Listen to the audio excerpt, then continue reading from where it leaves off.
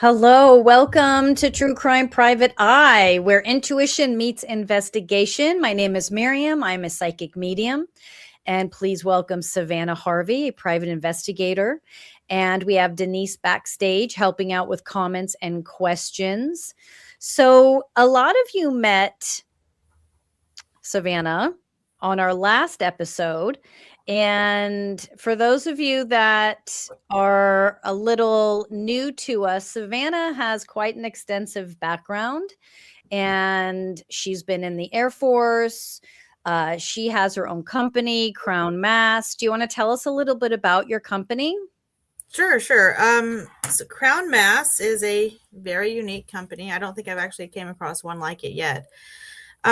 So we do private investigations work, various levels of intelligence, and also we have an arm of it called pneumogenesis, where it's more like research and techniques and a lot of things that are in development for human advancement and essentially the advancement of human consciousness to make us all a little better, right? Yeah. That's amazing. So, private investigator, intelligence, research, human advancement, and Air Force, and the founder of this company. So, and you're a mother. So, you keep yourself very busy. I love it. But within all of that, you have time to join me, which I'm really happy and excited about and grateful for, because we're going to be able to, I think, make some progress as I want to raise my chair a little bit. There we go. Well, I think maybe we can actually get stuff done together. That's the hope, right? Yes. So since tonight is all about you and what you have discovered, not discovered, if anything new has come up, let's start with the Katelin Akens case. Mm-hmm. And let's see what, you tell us what is going on with that case. So Katelin Akens, just a refresher, she disappeared about 11 years ago, December 2015. Her stepfather was allegedly taking her to the airport to fly home to Arizona, and never made it. She never got anywhere near the airport. Their phones never pinged outside of his local area. So fast forward till now, he actually was arrested on April 10th. So apparently some other victims came forward for incidents that happened in 2006. And this was well before the Katelin, right? So he actually has been arrested on eight different counts, 2 counts of SA and battery, 2 counts of indecent liberties with a child, 2 counts of child cruelty, and then 2 counts of indecent exposure of a child. Oh my. So let's go. For those that missed our first episode together, please go back. All of our shows are under the live tab. All of the shows on this on my page are under the live tab, because I tend to do pretty much everything live. But let me recap real quick. This was our last episode, and Savannah was asking me, I was looking at a picture of this gentleman, the stepfather that just got arrested, and she was asking if he was the one responsible for Katelin. And that's the person you think is the suspect, correct? Correct. Yes. They're covering for him for some reason. Somebody is not sharing information. He's dangerous. He is a problem. He was her stepfather. Yes. He created a relationship with Katelin. That relationship was sexual in nature, is what I'm trying to say. It's him. So why are they covering for him? So you had said in that at that episode that you felt the mother was covering for him. I was like, at first I thought it was Katelin's mom, but you were like, no, I think it's his mother. Right. Do you still feel that? I do. I don't know if she was truly directly knowledgeable of what he did, but I have a feeling that she suspected, and she wasn't the type to push for the real answers. She certainly seems like the type to just kind of, let sleeping dogs lie, as they would say, even under absolutely heinous circumstances. Yeah. So how do you think this happened? Did these girls all come forward them like as a group, or Um, they're not releasing too many details about that right now, because it's an active case, and I'm sure they don't want to contaminate future charges or prison time, hopefully. But I think it was one. I really believe it was one, because all of the counts that I listed earlier, they took place all on a one day in 2006. are you So I really serious? think it was, yeah, I think it was one person. I don't know who exactly it was, but rumor mill, because I am in the local area, has it that it was her sister, or a child friend of the family's. And there was a story that was told, and I'm not sure if this actually led to those charges, or it led to someone unlocking a memory. But the story was that when they were little, Katelin and her sister, he would stand in his underwear in the kitchen and make them undress totally, when they were just little kids, and then hit them, like beat them with belts and all of that. And that kind of person who would actually even be able to do something like that. I mean, to me, it's just like a pattern of behavior, Yeah. Yeah. Yeah. That tracks with the feeling, obviously. I mean, it was just like such a obvious answer. So we since the read, let me show you guys the clip of me trying to direct Savannah to where I think Caitlin's body is. Like, it feels like right off a freeway, in between, like I see like houses, not a lot, and they seem sort of like there's like it's like a wooded area. It's like woods, but not woods, because it's like the freeway's right there. But yet, if you go off the freeway and you walk in far enough, it's wooded, but it's right off the freeway. Interstate, is it like an Interstate 5 or 50? And there's also a lot of water. The Rappahannock River actually runs right through all of that as well. So since then, you had a chance to go out there to that location. Tell us about that. Right. So we went out to do a boots on the ground search in some of those areas for Katelin. We drove around, we mapped off likely areas, and unfortunately, most of it is public land and private land. It's kind of a rural out there. But we didn't find Katelin. However, in our last stream, when I found out that he had been arrested, what kept coming to mind was what you said about Katelin being found by cadaver dogs. And at the time when you said it, I was thinking, well, I guess I have to get some cadaver dogs, right?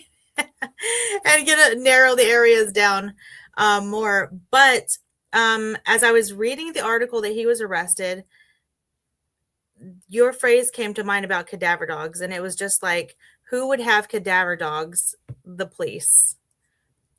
And I don't know if they have used cadaver dogs yet, but I do know that they are digging up his property looking for her. Oh, really? They are. Right. Okay. Yeah. So with actual equipment. So it's kind of a big deal. when Savannah, so when Savannah texted me when she went out to the location that she thought was what I described, right? And that was sort of the area that I had. Is that where you were at when you were texting me? Right. It was, yes. Okay. And you showed me a picture of this one location. I'm like, she's right there. Like, I genuinely felt like she was right there. Right. How close to his property is that? What were you? It was about 6 miles. 6 miles away. It was a place that you could back up a truck that he had at the time, and you could. So the parking lot was right at the edge of the wood line, and the way it was structured was off the main road. The road, one of the roads you were referring to. That's one of the few places where the embankment to the road is so high up that passing cars couldn't see what was happening down. And then, because you could barely see the road from the ground up. And it was the perfect place. It was flat-ish. There was enough brush, and it wouldn't be questionable as to why a truck was there. And it also was right down the road, maybe half a mile from the other end of the recreation area. So, and everyone frequented and parked the main area. So where we looked, it would have been, it kind of would have been a way to do it without getting suspicious eyes, right? Mm-hmm. So, yeah. Interesting. Oh, so do they're digging up his property. Are they specifically looking for Katelin? According to my sources, yes, that's who they're looking for. And come to find out, there was another young woman who was unalived on that same day where they found Katelin's luggage. Mm-hmm. And she looked a lot like Katelin, and her family initially thought it was Katelin. Came down, obviously they couldn't identify her as Katelin, but same kind of age range. And it made me wonder. And and also that girl happened to be an extended friend of the family. There's an interview where Kaylin's mother is saying, I think her name was Heather. I have to check my notes, but oh yeah, we know her. And it made me wonder if there was a connection between James, Heather, and Katelin. In a place where unalivings don't happen on a regular basis, for two of them, for people who are so similar to happen on the same day, or at least the same weekend, is really, it leads to more questions than answers. So her name's Heather? Her name is Heather. Let me check my notes for her last name. So maybe that's a case we should do. I think so. I made this connection right after our last stream. Interesting. Yeah.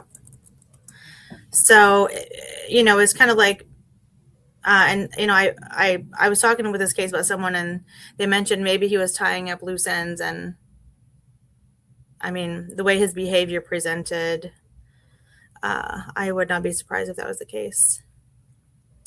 Her name is Heather Ciccone, Ciccone. Found unalived in her car from a wound, a gunshot wound. So. Do you want to? Can you email me her picture real quick?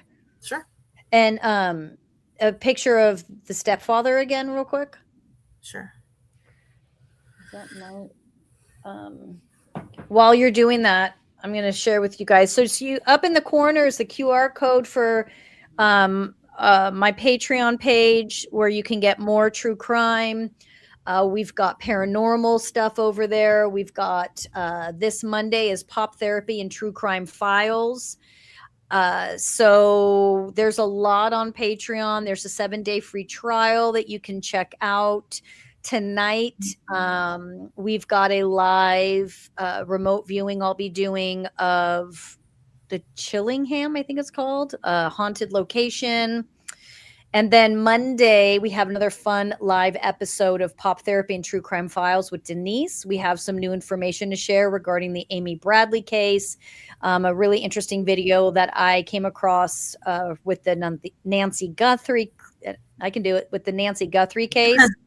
For the Patreon community, our post show Monday night called Hot Take will have a very interesting extended read on Justin Bieber. We haven't determined which two celebs we'll be doing for Pop Therapy Monday. That's coming. But I am not a Justin Bieber fan. Like, I don't know one way or the other about Justin Bieber, but I started to get some information on him when I came across a video. So I'm going to do a deeper read on him. I know some of our Patreon members were asking about him anyway. So that will be Monday night. And then Savannah and I are back in 2 weeks from tonight with new cases. So we got a lot going on. Right. There are so many cases. It's oh my goodness. You could fill a lifetime with the amount of cases that are I believe it. Unsolved. Still have questions, definitely wrong conclusions came to for the sake of, upping those case solved numbers. So I sent you that email. Okay, I got it. Yeah. Yeah. This is yes, I mean, it was like without hesitation. Did the police already know that he could be the person have something to do with Heather also? So the original detective on the case. So it turns out there's been 3 different detectives. The original detective, I'm not sure why he didn't have it anymore, but he's still around. He says that there was no connection there.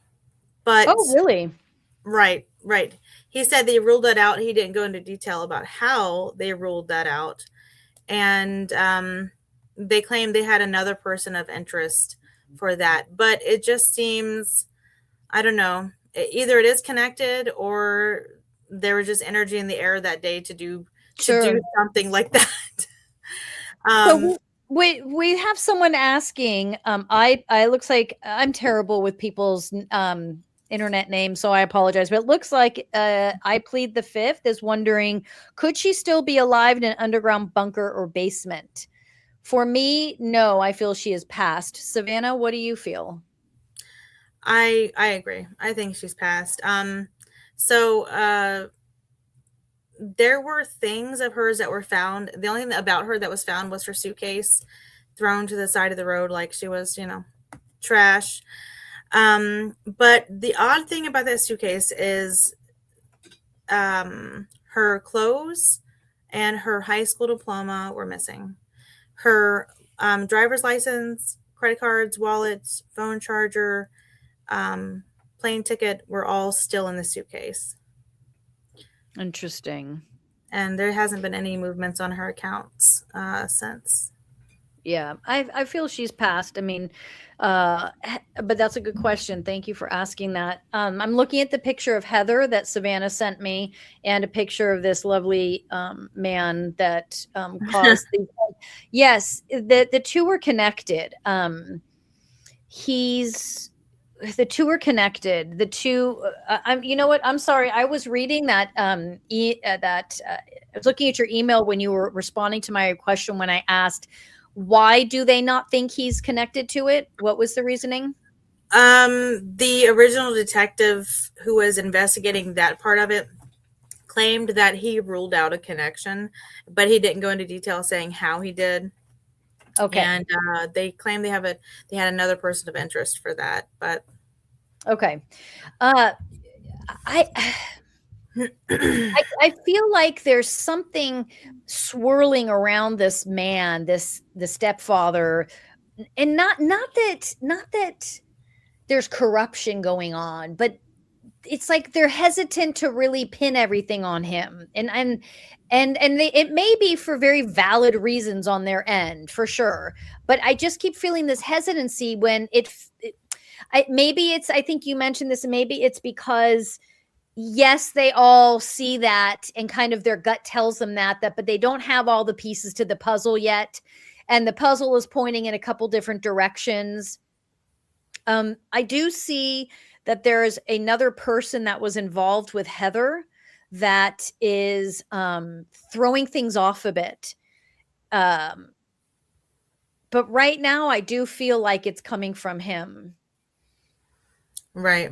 I mean, the sheer coincidence of them all knowing each other and then her stuff being found on the same day that Heather was found. And then, I mean, because Katelin's suitcase was found only a couple days after Katelin went off the grid. I mean, and we don't know how long Heather had been in that car either.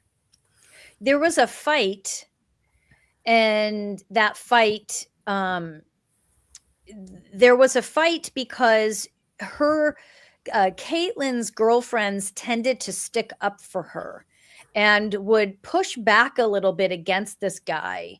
And like, I feel like they would even kind of get in the middle if they needed to. They wouldn't cower to him.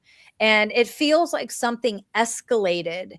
And this is where he starts to target these women. Like, I can feel him targeting these women, and the rage that lives in him is even out of his control. Like, he can't control the rage. It's amazing that it took him this long to actually do those things. When you feel him out, it feels like he was doing this way before, but I don't feel he actually unalived anyone prior to this.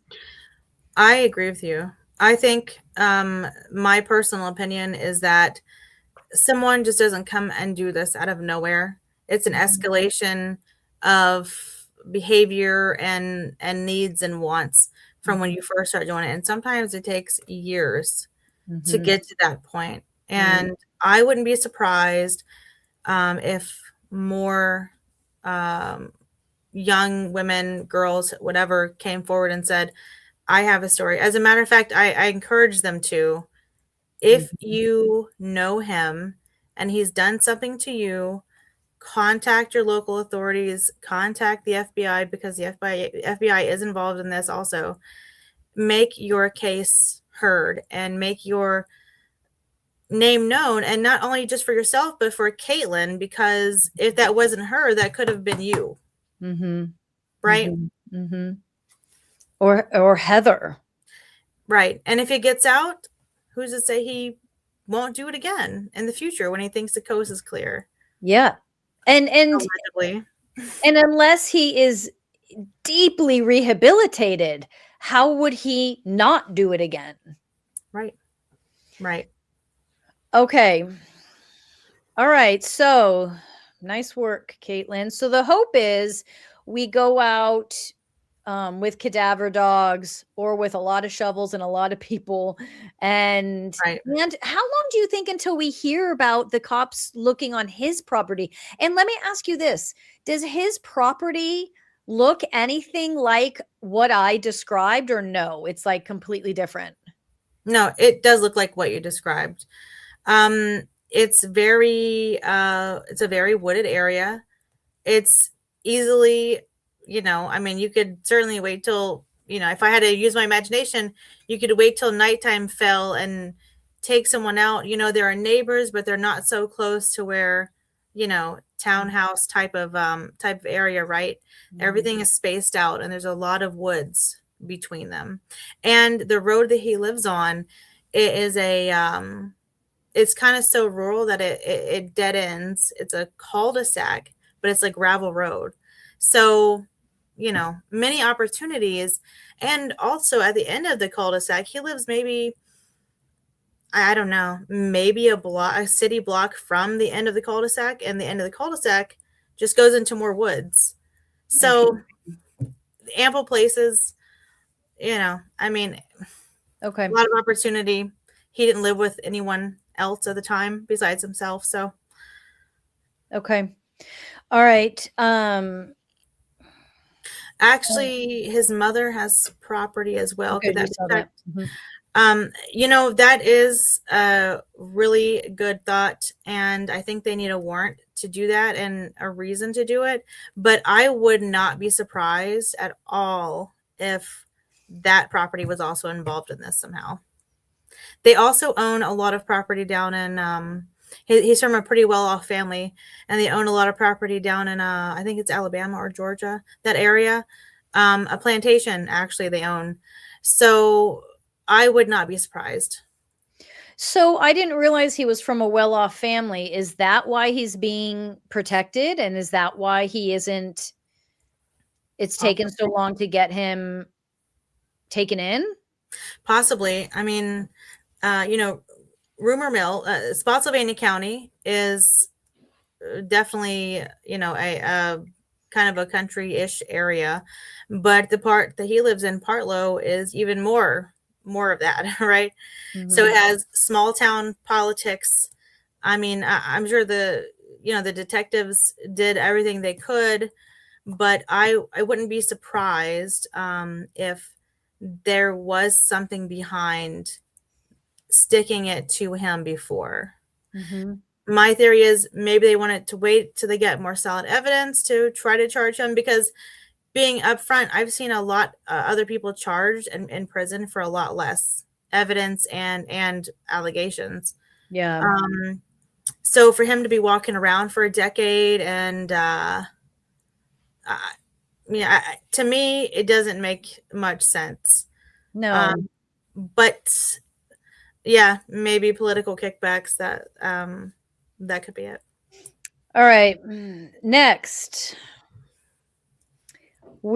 Last time we did Terrance Woods. Let me show you guys a little clip of that. Was a real interesting case. I'm feeling him.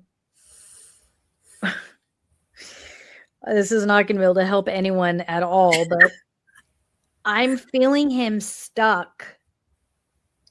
Okay. Like, I don't feel like he's passed. It's like he feels stuck in a different time lapse. Like, it feels like he didn't run, he got pulled and he's stuck. So, yeah. What about this one?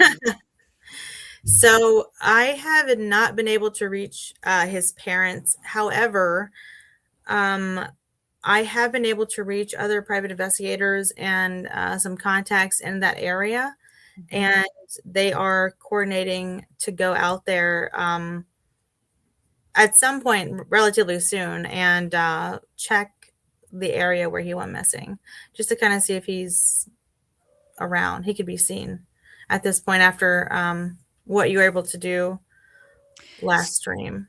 I had mentioned him, like, didn't I say, like, for some reason I see him up high. Right. He was in the Jello. Yeah. That's right. The Jello. That's right. That was so weird. Yeah, really weird. Okay, so that's good. At least they're still, and Dad didn't respond, so maybe he doesn't want to hear from him. I bet you a lot of psychics have reached out to him, and he's probably like, "I'm done with the whole psychic thing." Probably.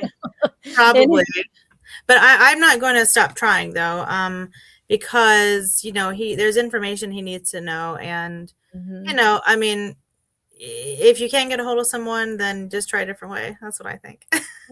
That's why you are the private investigator. All right, then this one was really interesting. Sandra Bland. Let me see. I have a little clip from that one. He hired someone to do it, and he's done it before. It's him and this person he hires to do it. I think the person he hires works there. Okay. And people around them are really, if they could be honest, they would be like, yeah, we had a feeling something wasn't right with him.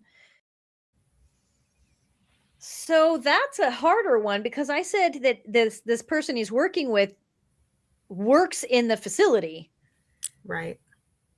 So what are your thoughts on that?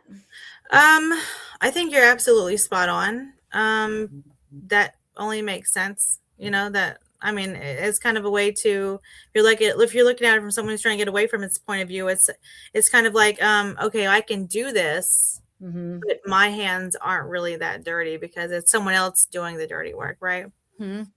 But I do think there's been other victims. So as far as Sandra's family is concerned, they reached a $1.9 million settlement with the county. That's good. And to them, that's some kind of closure. And I think they feel like, what else can we do? I unfortunately, my daughter's not here. She's at least we know where she is. They've paid for it, in a way. But I actually have initiated some research on other incidents coming out of not only that county, but that particular jail. Oh, really? Right. So I'm creating a timeline of everything I can find from there, because, he may have gotten punished for it, but the person who did it, who agreed to do that, definitely needs to be punished as well. And Yeah. the guy that's being punished for it, is who I thought did it, right? Did he ever own up to it, or he pled not guilty and was convicted? I don't think he ever actually said, okay, I did it. It was just so much indictable evidence, that's the way they went. But what you said in our last live stream was you felt that there was something still in his desk or the building that was some evidence toward him and who he essentially hired to do that to her. So I think I was saying, like, I kept going, like, is it a pen? Is it a pen? Because Sandra was talking to me, right? And then right at the end, Denise was like, it's a flash drive. And we're like, that's got to be what it is. It's got to be something like that. Like, that makes obviously more sense than a pen. Right. And I wouldn't be surprised if it was hidden somewhere very, very sneaky. Like when you watch prison jail shows and, they're like sneaking stuff up in the ceiling tiles. And I wouldn't be surprised if it's somewhere like that in there, especially if it's not been found yet, or maybe it has been found and they're just like, well, leaving the back of the drawer, right? Yeah. Because they don't even know what it is. But yeah. I don't really think I'm going to be letting this one go until I see, what else has come out of there in the past and whether he was there at the time when these things happened. That'll be really interesting. Your timeline of what happened in that facility. I mean, come on, that's not coincidental that you have multiple. And why is it just ignored? Like, why are you the only one going, there's multiple things like, I mean, obviously it's like politics, blah, blah, but is there other reasons why that no one else is pursuing that and going, well, that's odd. People keep dying here and it's a prison. Right. And I think, the county in Texas that it's in, I think that when things happen like that, it's not necessarily a surprise. It's sort of like, oh, and yet another prisoner, being, a criminal, they're fighting and doing these things. Unfortunately, there's so many ways that someone could stage a death in a jail, right? Because you have mainframe access to cameras, to to guard schedules, to this and that and this and that. I mean, take the whole Jeffrey Epstein video, right? I mean, it's a lot of suspicious stuff in that because it's extremely manipulatable. Absolutely. So, yeah. Absolutely. Denise is saying it's taped under something like the top underside of the desk in the drawer. Yeah, I remember you said that before. Yeah. It's taped underneath something, which aligns with what you're saying is like maybe it's, by the way, under like it. Yeah. What did you say? So I'm taking notes over here too. So yeah, I can't wait for the follow-up on that timeline. So you guys, that's going to be a good one to watch for, because look at like Sandra Bland. If you missed that episode, go watch. But to give you the recap, Sandra is at peace. She's with her grandmother. She was perfectly fine. She even said to us, she was like, I'm fine. Don't worry about me. But pointing us towards like, that there's this other person exists, was helping, that there's this, she was the one that kept pushing the evidence. So, and then now you're saying, Savannah, there's a list of other deaths that happened here. So, I mean, come on. Wow. All right. I have to say it back to what you were saying, why is no one else looking into this? I don't know, and that it really bothers me that it's sort of like, if you come across something that is so obvious corruption, and where someone's life is being ended, wouldn't you look into what else is happening? Who else is involved? Like, it's not one singular person, because it takes a lot of coordination to get away with something like that, for even for as long as they did. Right. I mean, Right. it doesn't But make any sense to me that white people are not more involved in these things.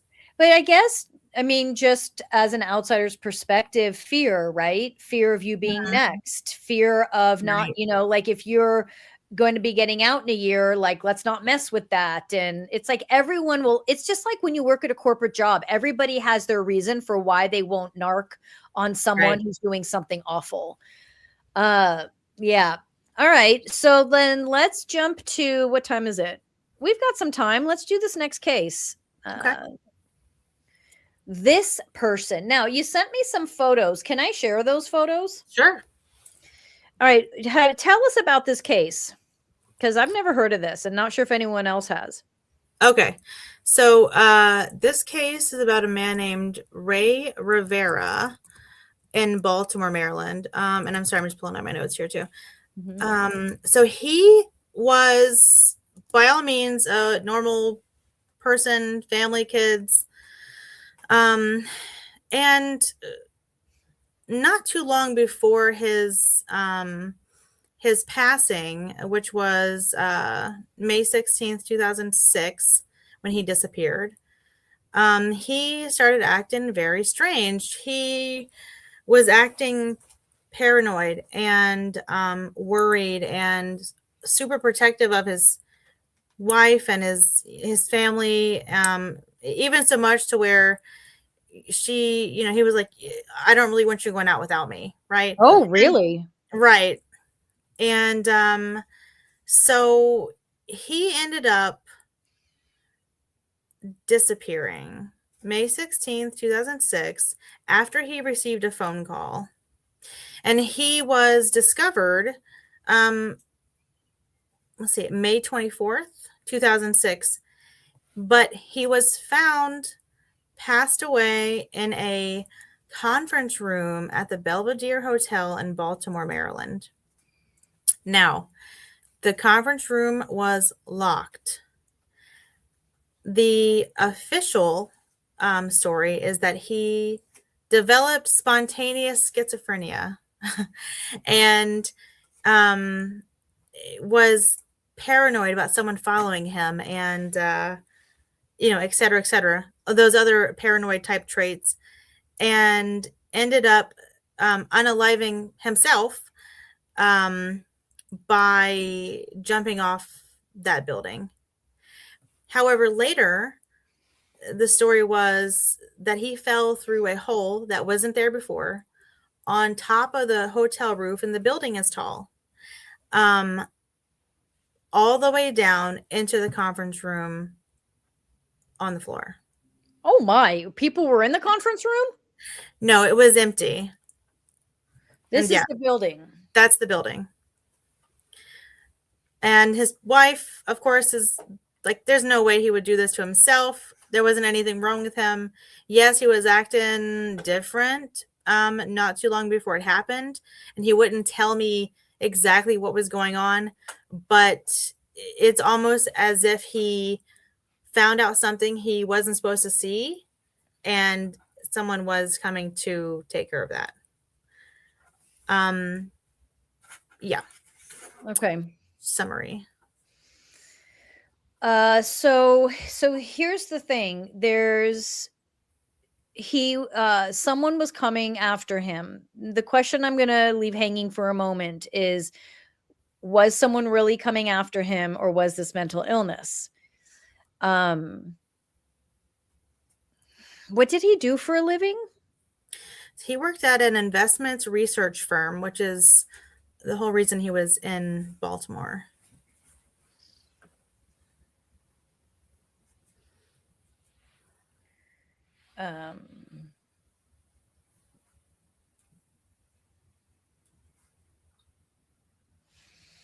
Right now, I'm feeling like it was mental illness.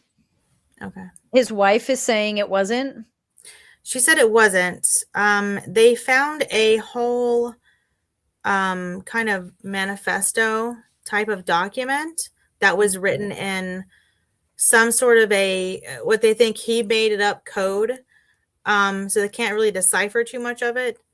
But she was like, hey, there's no, a family history of mental illness. I live with him. I didn't really see, like, this is not him at all. And it came on all of a sudden. And, his job at this place called Stansberry and Associates Investment Research, he was actually hired by his longtime friend there, who was a partner, the Stansberry side of the partner. Him, right? That person. Who's that person? Do you have a picture of that person? I can get that for you. Because when I say mental illness, it feel like I feel what it came on right away. Like he wasn't living with mental illness. Okay. Right. It came on out of nowhere. But something caused it, obviously. And so obviously, like the more I unravel this, we may find mental illness isn't the correct word. But something overnight clicked or like did something in him, and he went from not being a paranoid individual to deeply paranoid because someone he trusted turned on him. That's why as soon as you said his friend, I was like, who is this friend? I'm sending you that picture right now. Oh, good. Yeah. So actually there is an episode, I can't remember if it's an episode or a documentary of its own on Netflix about this case as well. Oh, really? Yeah. Okay. And so he's not missing anymore, obviously, but no one understands why he did what he did. Right. And no one understands if he did it himself or if he was pushed, if it was foul play, and why he was not discovered for so many days. Did no one walk into the conference room for days on end? I mean, at a hotel? I don't know. All right, hang on. I'm just waiting for your email to come through. Would he have, Denise is asking, would he have been injected with some sort of poison that would have caused mental health issues? What just happened? Oh, okay. Oh, yeah. Oh, yeah. This guy that you sent me a picture of, he didn't do it, but something happened and he turned. So Ray was already a very naive because he was too nice. And he would give people the benefit of the doubt way too often. He would assume the best in people. And you could take it. Unfortunately, people were taking advantage of him. He got into a field that he shouldn't have been in, not because he wasn't qualified. He was very qualified, but because he didn't have the thick skin and he didn't have what it takes to do whatever it takes to get the job done or make the money or whatever that is. He wasn't driven by money. He was driven by supporting his family he was driven. What drove him was life and love. He was a very happy, balanced person. But the problem for him was he ignored signs. He ignored trouble, problems, potential issues. And this gentleman who is still working there, I don't even know if we should say his name, but this gentleman is very influential. He knows a lot of influential people and is willing to do whatever you have to do to get whatever you want done. Now, go ahead. So what were you going to say about him? So another question is, right before he ran out of the house, the day he disappeared, he got a phone call. So he got a phone call and he literally was like, I got to go. Like, not, I'm going to eat dinner and then I'll be there. And who called him? What did they say to make him run out of the house like that? And that's the night that happened? Or that's the night that he disappeared.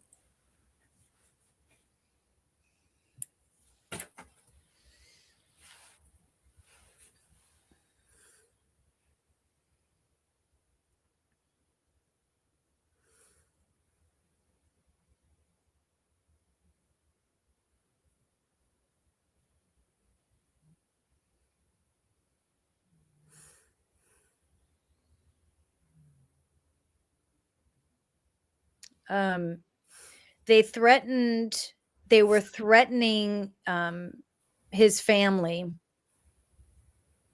his wife, saying they would come for her, saying, and this was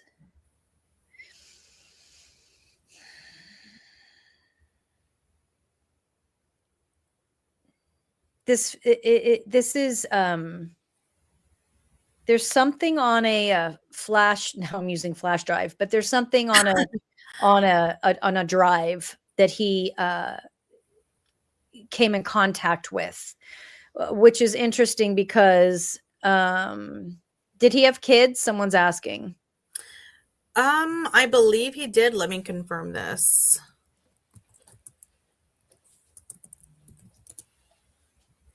So it's interesting that Denise asks if he was injected with something.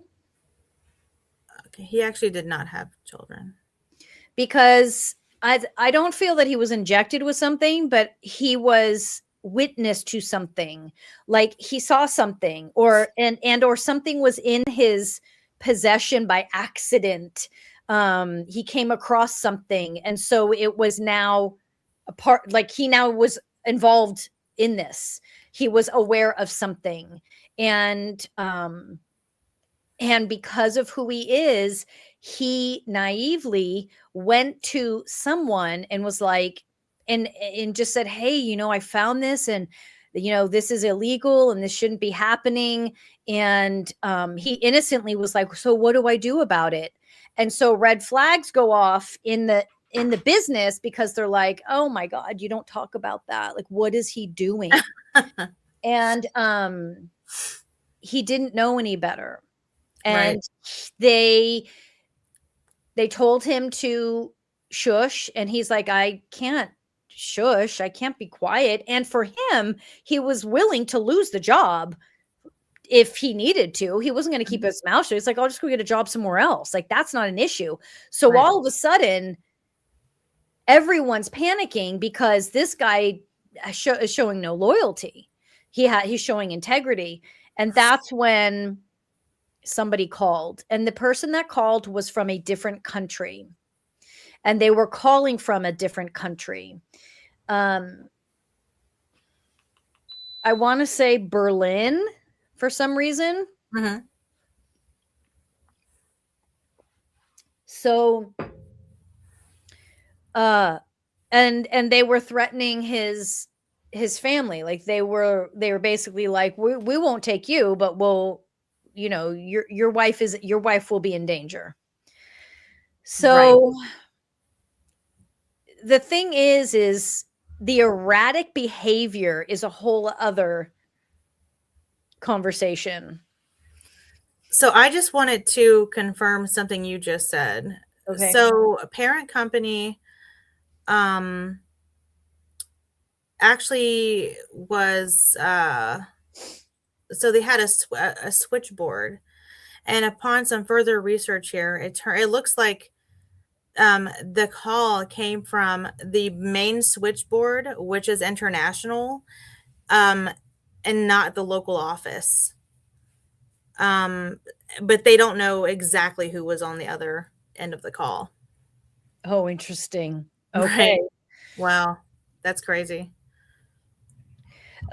Now but him actually, and you said, I was looking at stuff while you were talking. You said he ultimately jumped. He went to is this hotel like completely separate from where the phone call came from and his job, or was he at this hotel for work?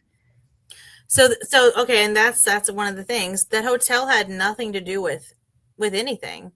It wasn't super close to his job. It wasn't super close to, I mean, it wasn't like down the road from his house. It was, Baltimore is, city, so you kind of have to drive wherever. So that hotel is also a mystery. Why that hotel? And there are a lot of other unalivings surrounding that hotel as well. So that's another, kind of point that could be something. What's the name of the hotel? The Belvedere in Baltimore, Maryland. Let me pull it up. Okay, so let me see. I keep going to this mental illness because something it's like I want to take Denise's words and say like he was injected with like fear he's never known in his life. He feels like he's lived a pretty simple like life like you and I. Like this wasn't, well, maybe not you, you were in the military, but where like that type of conversation behavior, that type of fear is new for him. Like he's never had the fear of being killed or having Right. someone come after him or someone he loves. And so there was this confusion on, and that's where this snapping, like for me, I was like, it was mental illness because the brain all of a sudden just went, it couldn't function. It's like it couldn't function anymore. And then like Denise said, was he injected with something? And it's the same idea. It was like he was just injected with this fear that was beyond comprehensible. And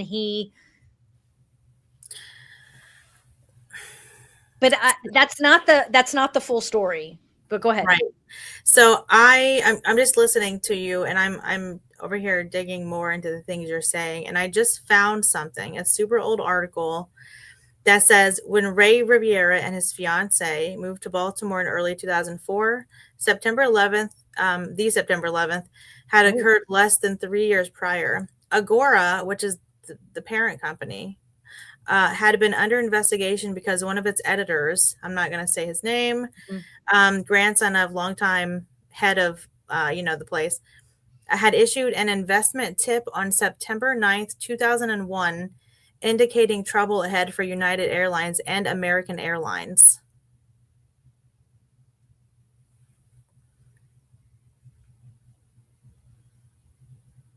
And they were investigated by the SEC.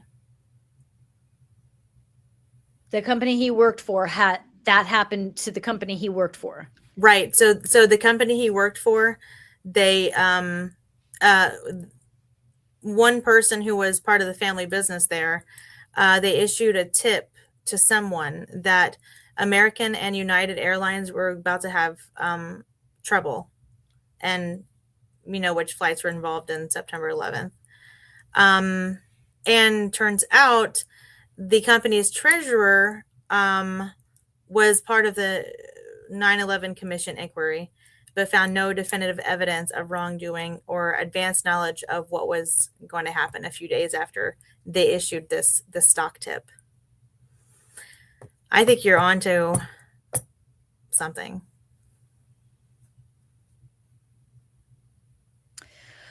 Well,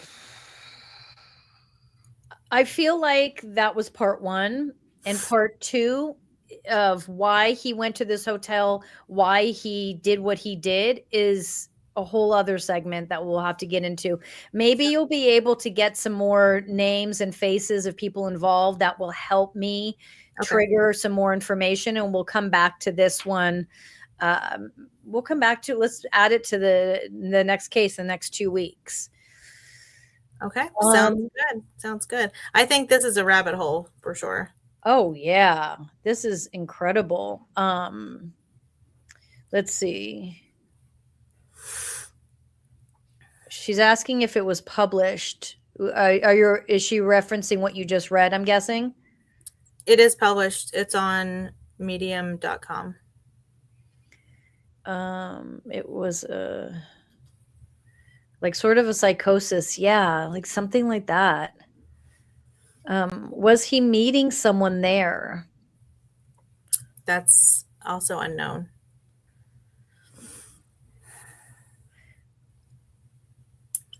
So it seems like, man develops, schizophrenia later in life, does all these crazy things, and then he just unalives himself.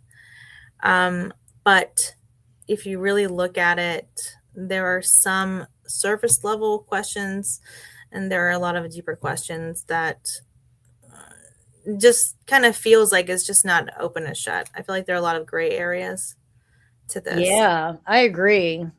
I think there's a whole second part to this, which is having him. I'll see if I can channel him and he can walk us through the process of what, how, and And this gentleman, we'll keep his picture for next time too. All right. So, again, Patreon is that if you're interested in Patreon, that scan the QR code right there. If you're interested in finding out more about Savannah's business company, what do you recommend, Savannah? They can just go to crownmass.com, and it's all the information is there. And run all the social medias under the same name. Oh, hold on. Crownmass.com. Oh, let me put it up here. And what do we have cases picked out for 2 weeks from now? I have some in mind. I'm going to look into them and make sure they are really good. They're really good and mysterious and have lingering questions. Those are the best ones. Yeah. This one on Ray Rivera, this was a good one. So our goal is every other week we'll be live Thursday nights, and 1 week will be case night, 1 week will be follow-up. But if we're doing it kind of like this, we may find that we have follow-up and case night all on the same night. So anyway, if you guys find any more information out, feel free to email me and I'll get the information over to Savannah. And I think that's everything. So then we'll see you all. I'll see if those of you that want to join me and Denise Monday night. We've got Savannah, Nancy Guthrie. We've got Amy Bradley. We've got our celeb reads, all kinds of fun stuff. And please follow Savannah. Savannah, you're on all the socials right now, aren't you? Yes. Yep. Twitter, X, Facebook, Instagram, YouTube, which I plan on publishing some videos relatively soon. And everywhere. Yeah, so you can find all of her stuff under Crown Mass. All right, you guys, thank you very much. Have a great night, and we will see you on Monday. Yeah, good questions. Thanks. Thanks.